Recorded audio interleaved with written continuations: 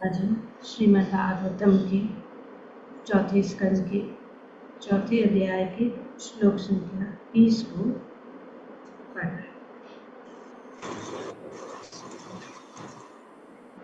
माता सती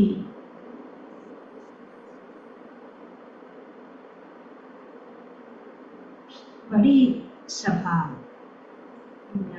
सभा में बहुत सारे महान ऋषि मुनि योगी देवता सब उपस्थित और वे शिवजी की महिमा बता रही है कि शिव जी कौन है और अनेक अनेक रूप से वे ये वर्णन कर रही है, जो ये अनेक श्लोकों द्वारा माता सती बताना चाहती है कि शिव जी कितने महान हैं।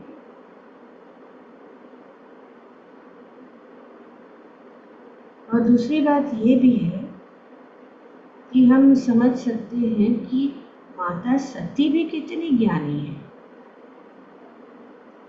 उनके पास इतना सारा ज्ञान है।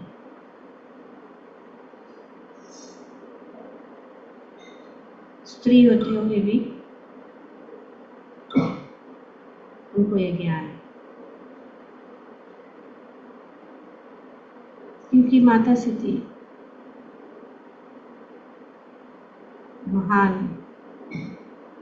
वैष्णव शिव जी की पत्नी है और सबसे श्रेष्ठ वैष्णव शिव जी है।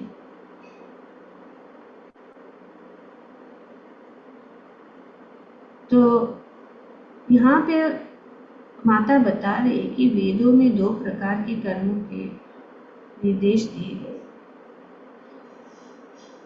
एक उनके लिए जो भौतिक सुख में लिप्त है और दूसरा उनके लिए जो भौतिक रूप से विरक्त है।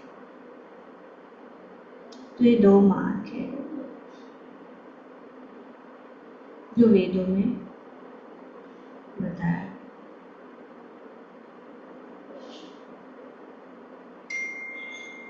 तो वो कौन से है ये बता रही है।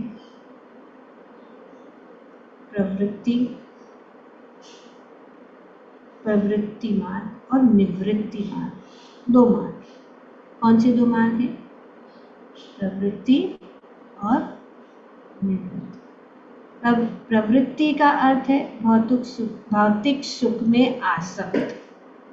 जो भौतिक सुख में आसक्त, इस भौतिक जगत की चीजों में आसक्त, जो अपनी इंद्रियों को प्रसन्न करने के लिए, अपनी इंद्रियों को संतुष्ट करने के लिए जो कार्य करते हैं उसको कहते हैं प्रवृत्ति मार्ग, पाथ ऑफ सेंस एंजॉयमेंट, इंद्रिय भोग का मार्ग। और दूसरा है निवृत्ति मार्ग। निवृत्ति मार्ग क्या है? भगवत भक्ति का मार्ग, या इस भौतिक जगत से विरक्ति, भौतिक जगत की चीजों से विरक्ति, उसको कहते हैं निवृत्ति।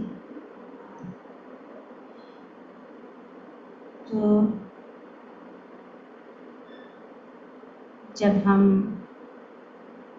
ज्ञान प्राप्त कर लेते हैं, जैसे कि कल ही हम चैतन्य चरितामृत में पढ़ रहे थे, किस प्रकार से जब हम जान लेते हैं, ज्ञान प्राप्त, जाता है। भगवान के विषय में इस भौतिक प्रकृति क्या है उसको हम जान लेते हैं तो अपने आप विरक्ति आ जाती है। हम कौन हैं, भगवान कौन है, हमारा भगवान के साथ संबंध क्या है, ये अगर जाने तो हम अपने आप विरक्त हो जाते हैं। तो यहाँ पे श्रील प्रभुपाद जी अपने तात्पर्य में बताते हैं कि वैदिक कर्मों को इस प्रकार से निरूपित किया गया है कि बद्ध जी निर्दिष्ट स्थिति में इस संसार का भोग करके अंत में भोग से विरक्त होकर दिव्य स्थिति को प्राप्त, धर्म अर्थ काम और मोक्ष। ये चार चीज,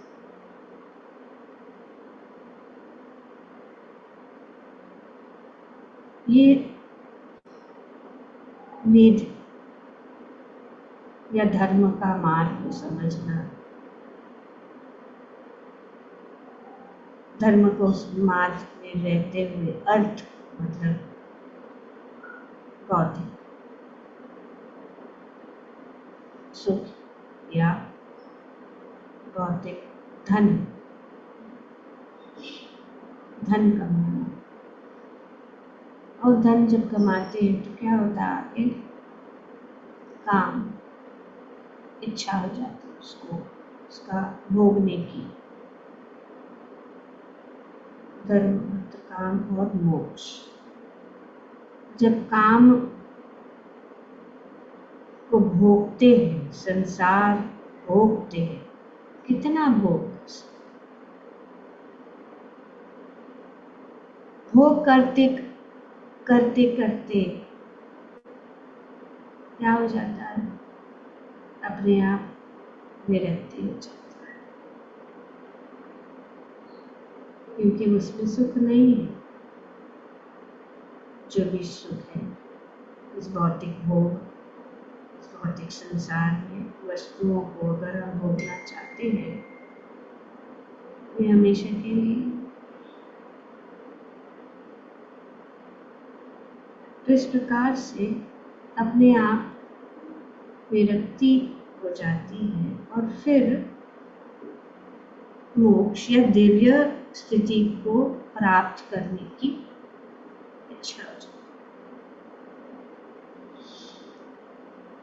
तो ये चार आश्रम है।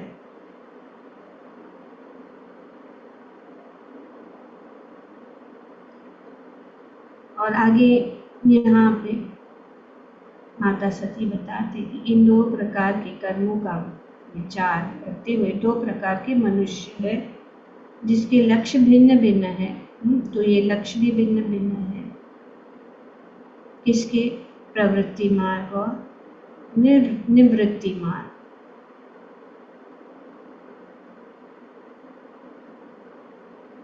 ये प्रवृत्ति मार्ग जो है एक मतलब नीचे का मार्ग है। भौतिक सुख, भौतिक आनंद, इसको महान नहीं माना जाता, इंफीरियर है, inferior. The path of enjoyment is inferior, Srila Prabhupada. और सुपीरियर उत्तम ये निम्न है, और उत्तम मार्ग क्या है, निवृत्त। और इसलिए यहाँ पे दो प्रकार के लोग जो माता यहाँ पे, यदि कोई एक ही व्यक्ति में इन दोनों प्रकार के कर्मों का देखना चाहता है तो यह विरोधाभास होगा,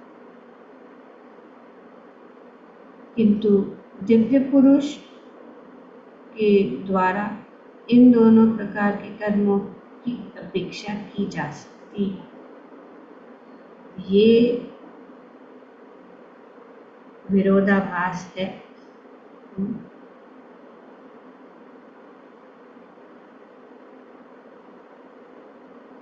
पर जो दिव्य पुरुष, अब यहाँ पे हम देख रहे हैं कि बहुत सारी चीजें जो है दक्ष जो है उसके उनके मन में, प्रजापति दक्ष के मन में बहुत सारे जो है गलत फहमियां थी शिव जी के चरित्र और शिव जी के ऊपर। वे उनको पहचान नहीं सकते।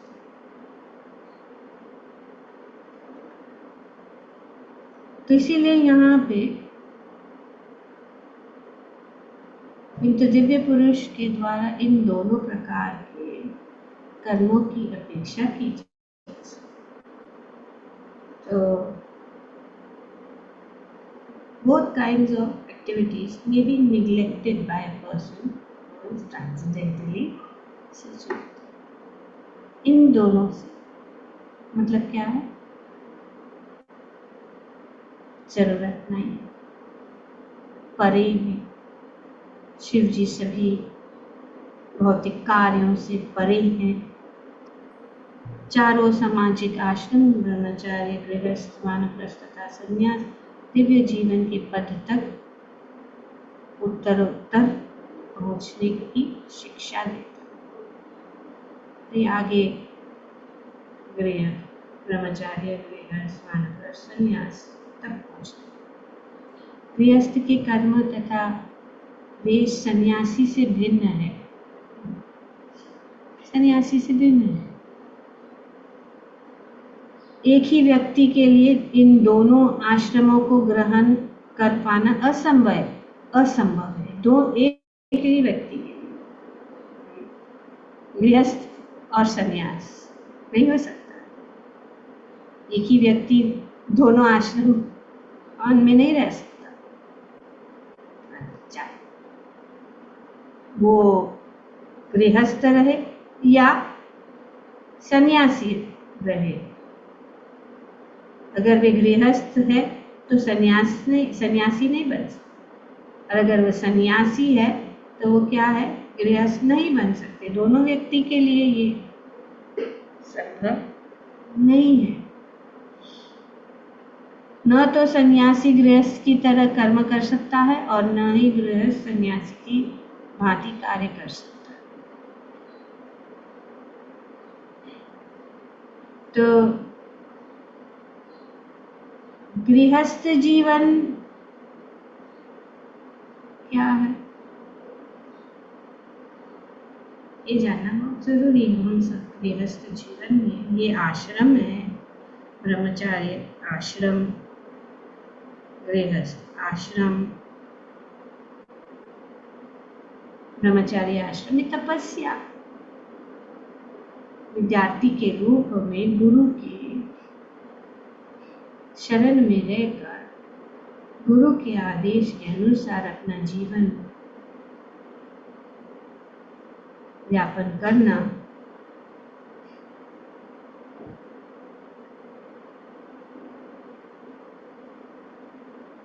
और इंद्रिय तृप्ति से मुक्त होना।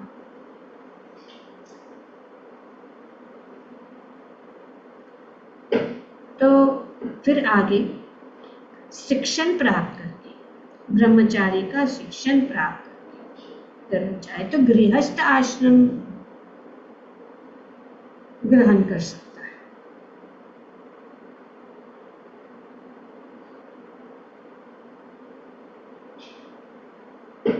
तो गृहस्थ आश्रम मतलब क्या है? अपने पति पत्नी अपने बच्चों के साथ उस आश्रम में वैवाहिक जीवन।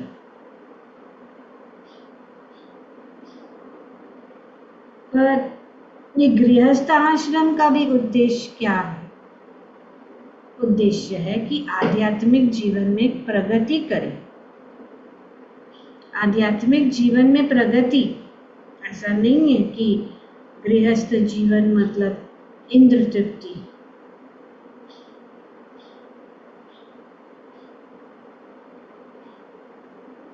ये उद्देश्य यही है गृहस्थ आश्रम का। ऐसे नहीं कि घर को सजाना, अपने पत्नी को सजाना, बच्चों के साथ इंद्र तृप्ति में इस भौतिक भोग को,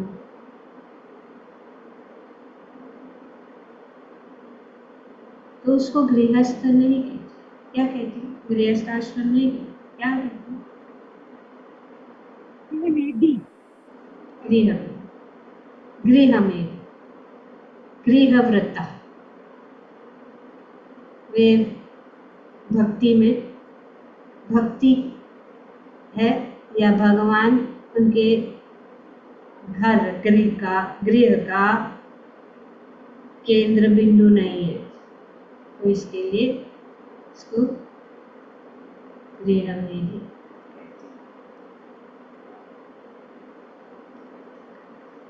तो ये गृहस्थ आश्रम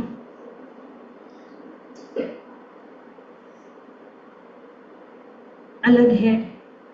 यहाँ पे पति पत्नी अपने बच्चों के साथ रहकर भगवत भक्ति में लगे रहते हैं। और संन्यास क्या है? संन्यास मतलब घर को छोड़कर अकेले रहना। यहाँ पे क्या है? साथ में रहना। किसके साथ? पति पत्नी बच्चों के साथ, परिवार के साथ रहना। पर वो भी एक आश्रम है, वो बुरा नहीं है। अगर भक्तिमय जीवन, आध्यात्मिक जीवन के साथ साथ अपने गृहस्थ जीवन को चलाए तो ये जो है शास्त्र के अनुसार ये एक आश्रम है। तो यहाँ पे बताया गया है कि न तो सन्यासी गृहस्थ की तरह कर्म कर सकता है, क्योंकि गृहस्थ के कर्म अलग है, और न गृहस्थ सन्यासी की भांति। किंतु इन दो प्रकार के मनुष्य के ऊपर मनुष्य की तीसरी कोटि भी है, जो इन दोनों से परे है। कौन दोनों? किन दोनों? गृहस्थ, सन्यास। तो ये दिव्य पद, मतलब सन्यासी में से भी ऊपर पद शिव जी का है। ये माता सती यहाँ पे बताना चाहती है कि समझो शिव जी कौन है, शिव जी कितने महान है। भगवान शिव की दिव्य पद प्राप्त है, क्योंकि ऊपर कहे अनुसार वे अपने अंतर में भगवान वासुदेव के ध्यान में खोए रहते हैं। वे परम अवस्था में ऊंचे पद हैं। अतः उन पर न तो गृहस्थ के और न सन्यासियों के कर्म लागू होते हैं। वे उन सबसे ऊपर है। वे परमहंस अवस्था को प्राप्त है। वे परमहंस।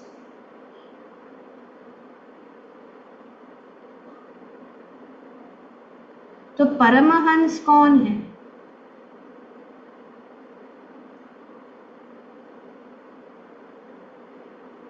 परमहंस किसको कहते हैं? मतलब हंस मतलब स्वान, हंस पक्षी, स्वान। तो ये खासियत क्या है हंस का? ये हंस का खासियत क्या है कि अगर उसको दूध और पानी मिला के उसको पिला रही है, हम लोग तो नहीं करते, रोज दूध आता है, पता नहीं कितना पानी मिलाया, लेकिन परमहंस क्या, दूध और पानी अगर मिश्रित है तो वो सिर्फ दूध को लेता है, पानी को छोड़ देता है।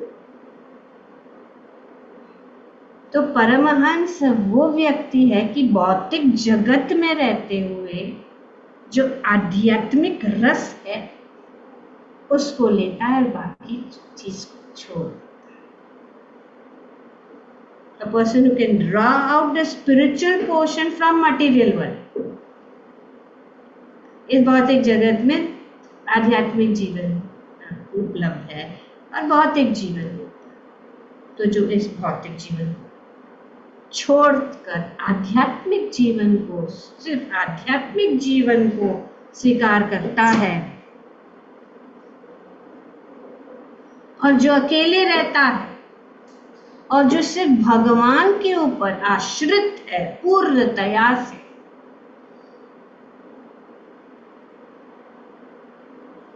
इस भौतिक जगत के ऊपर आश्रित नहीं, इसके ऊपर आश्रित है, भगवान के ऊपर आश्रित, इसको परमहंस कहते हैं। और जो इस परमहंस के स्तर पर पहुंच जाता है, जो पूर्णतया भगवान की शरण ग्रहण कर चुका है, वो जो हमेशा भगवान के ध्यान में रहता है और कुछ भी नहीं, उनके लिए कोई विधि विधान नहीं, कोई विधि विधान। He is no longer under the regulative principles of the Vedas. वेद में जितने भी विधि विधान बताए उनके लिए कोई विधि विधान नहीं। तो उनके चरित्र पर अगर वे जिस प्रकार से अगर वे कार्य करते हैं, जो नहीं जानता वो सोचेगा कि अरे ये ऐसा कर रहे, ये तो वेदों के विरुद्ध है। और शिव जी परमहंस हमेशा, जैसे यहाँ पे बताया,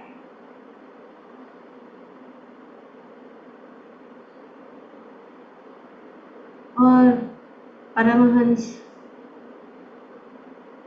होने के कारण वे हमेशा ध्यान भगवान वासुदेव के ध्यान में रहते हैं। वे जानते हैं कि वासुदेव सर्वमिति, वासुदेव के सिवा और कुछ भी नहीं है।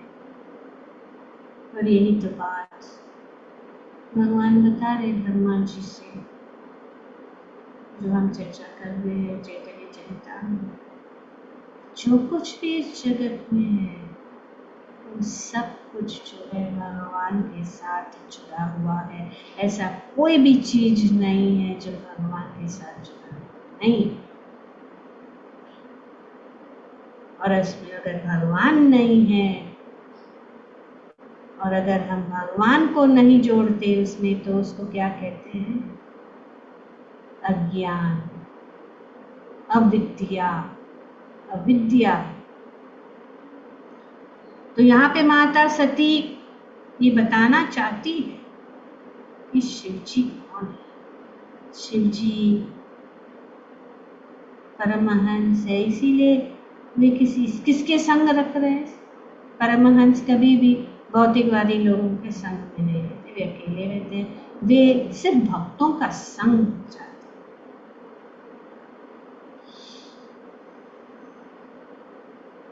तो परमहंस है, भगवद गीता में भी ये बताया गया है। शिव की दिव्य स्थिति की व्याख्या की है। वहाँ यह कहा गया है कि जब फल की इच्छा के बिना कर्म करते हुए भगवान की दिव्य सेवा की जाती है तो मनुष्य दिव्य पद को प्राप्त करते हैं। और ये उदाहरण यहाँ पे शिव जी है।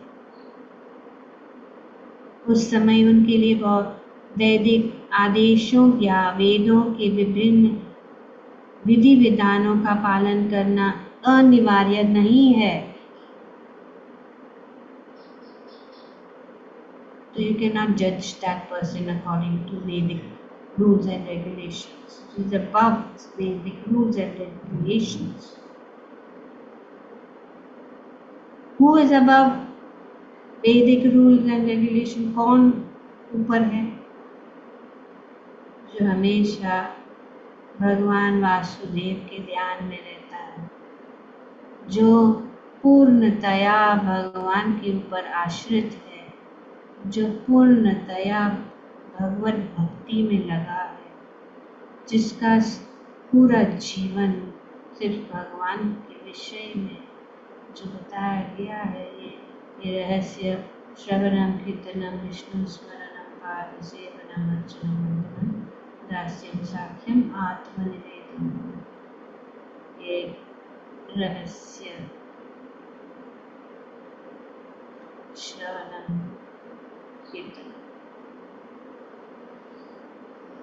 तो जब मनुष्य वैदिक अनुष्ठानों को से संबंधित अपनी कामनाओं को पूरी करने के आदेशों के ऊपर उठकर दिव्य विचार में पूर्णतया खोया रहता है, अर्थात भगवान के विचार में मग्न रहता है, तो इस स्थिति को बुद्धि योग या समाधि कहते हैं। तो इस जीवन समाधि का अर्थ या बुद्धि योग का अर्थ ये है, बुद्धि योग का अर्थ है भक्ति योग।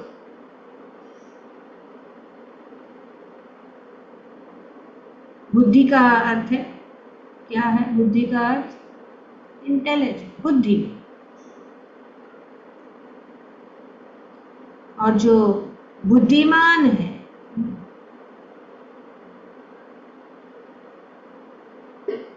वो ही भक्ति कर सकता है, वो भक्ति में लगे। इसके लिए बुद्धि योग, बुद्धि योग। तो ये आध्यात्मिक है, भौतिक नहीं है, जैसे कि भगवद गीता में भगवान बताते हैं। ददामी बुद्धि योग, मैं प्रदान, क्योंकि वे ऐसा व्यक्ति क्या है, वे पूर्णतया से भगवान में आश्रित है उनका। तो भगवान उनके जीवन को चलाते।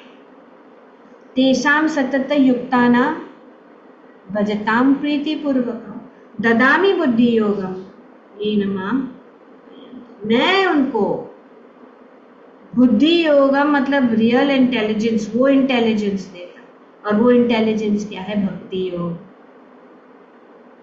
बुद्धि योग।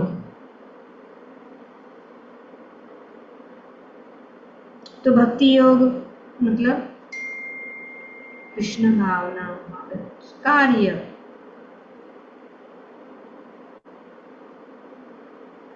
तो इस प्रकार से यहाँ पे वर्णन किया जा रहा है कि जो वैदिक अनुष्ठान, जब वैदिक अनुष्ठानों से संबंधित अपने कामनाओं को पूरी करने के आदेशों के से ऊपर होता है, तो ये वैदिक अनुष्ठान। तो ये जानते ये क्या, तो ये भगवद गीता 2.42-43 में वेरी क्लियरली 2.42 क्या है इसके पास?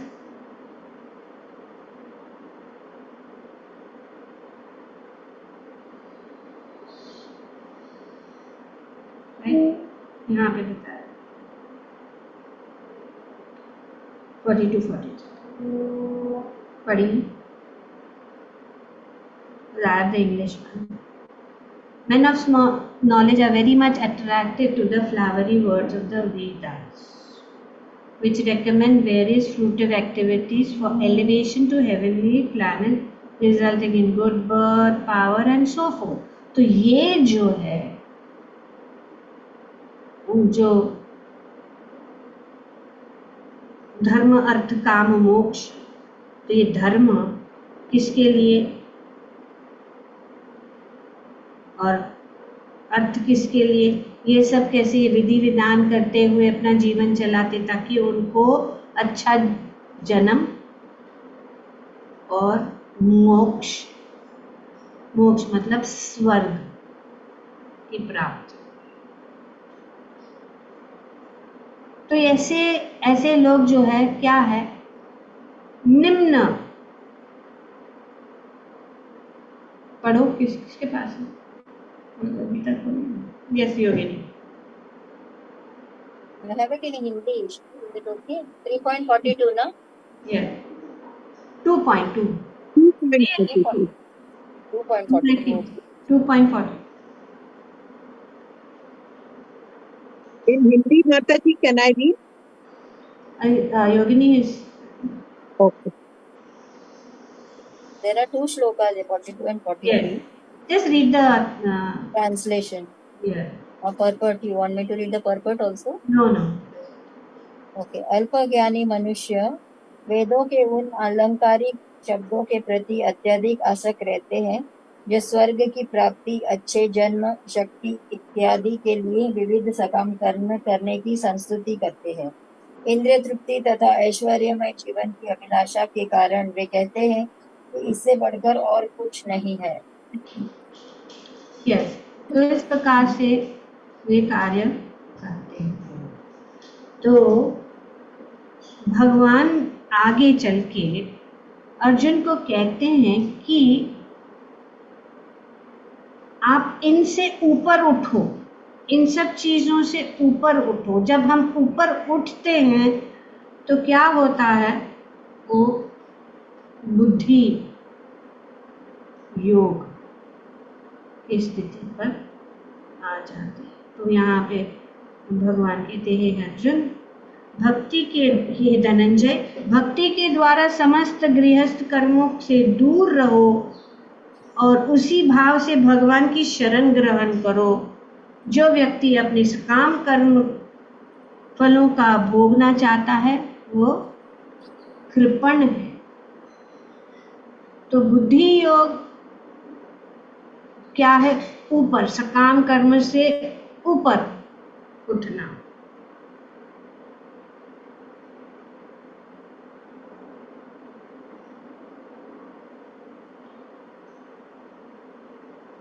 तो इसीलिए यहाँ पे माता सती बता रही है कि भगवान शिव की स्थिति सबसे ऊंची है, क्योंकि वे हमेशा समाधि में रहते, क्योंकि इन सब भौतिक चीजों से वे ऊपर है, भगवान के विचार में मग्न रहते हैं। तो इसीलिए जो शास्त्र के वेद में जो भी नियम वगैरह बताए गए हैं उनको लागू नहीं है, क्योंकि वे उससे उनसे ऊपर उठ गए। जो पुरुष इस स्थिति को प्राप्त कर लेता है उस पर न तो भौतिक सुख प्राप्त करने के और न विरक्ति के वैदिक कर्म लागू होते हैं।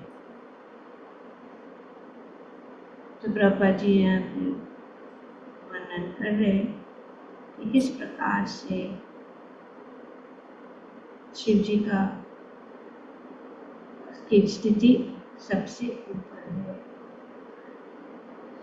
परमहंस ने हमेशा समाधि, तो इस जीवन में कार्य करते हुए जीवन, इसको कहते हैं जीवन मुक्त, जीवन मुक्त, जीवन मुक्त अवस्था या परम अवस्था है कि इस जीवन में ही मुक्त है, नहीं कि इस जीवन के बाद या इस जीवन के बाद मुक्त होगा, नहीं, इसी जीवन।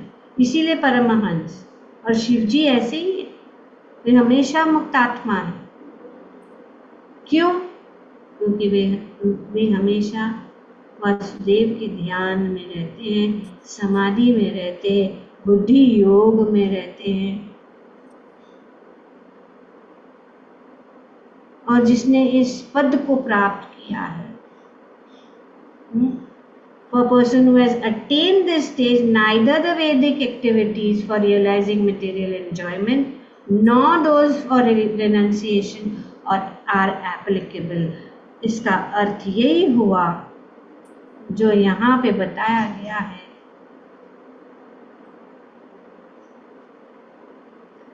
कि माता सती ये बताती है कि किंतु दिव्य पुरुष के द्वारा इन दोनों प्रकार के कर्मों की अपेक्षा की जा सकती है कि वे क्योंकि वे परे हैं, वे इस निवृत्ति मार्ग और प्रवृत्ति मार्ग से ऊपर है, उनको ये लागू नहीं है।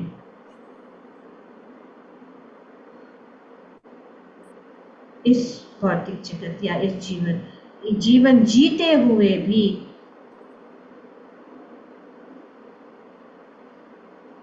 तो ये ब्रह्मभूत अवस्था मतलब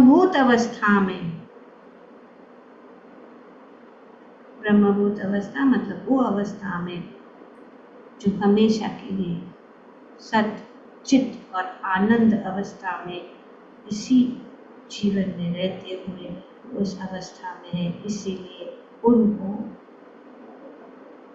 आप जो समझ रहे हैं वो वे नहीं है, वे परम है, दिव्य है, परमहंस है और परम वैष्णव भी है। इसीलिए वे हमेशा ध्यान में हैं, क्योंकि यही बात है कि उन्होंने उनको ऊपर ध्यान नहीं दिया। उनके ऊपर क्यों ध्यान दें? वो तो परमहंस है, वो किसके ध्यान में लगे हुए हैं? भगवान के ध्यान में लगे हुए। परमहंस जो है वो भौतिक जगत से जो आध्यात्मिक चीज कोई लेता है उसके साथ उस भौतिक चीज या भौतिक जीवन के साथ उनका कोई लेना देना ही नहीं। तो यही बात यहाँ पे सती उन्हीं के शब्दों द्वारा समझा रही है। ग्रंथराज श्रीमद् भागवतम की जय हो। तत्सत। Thank you very much. Hare Krishna.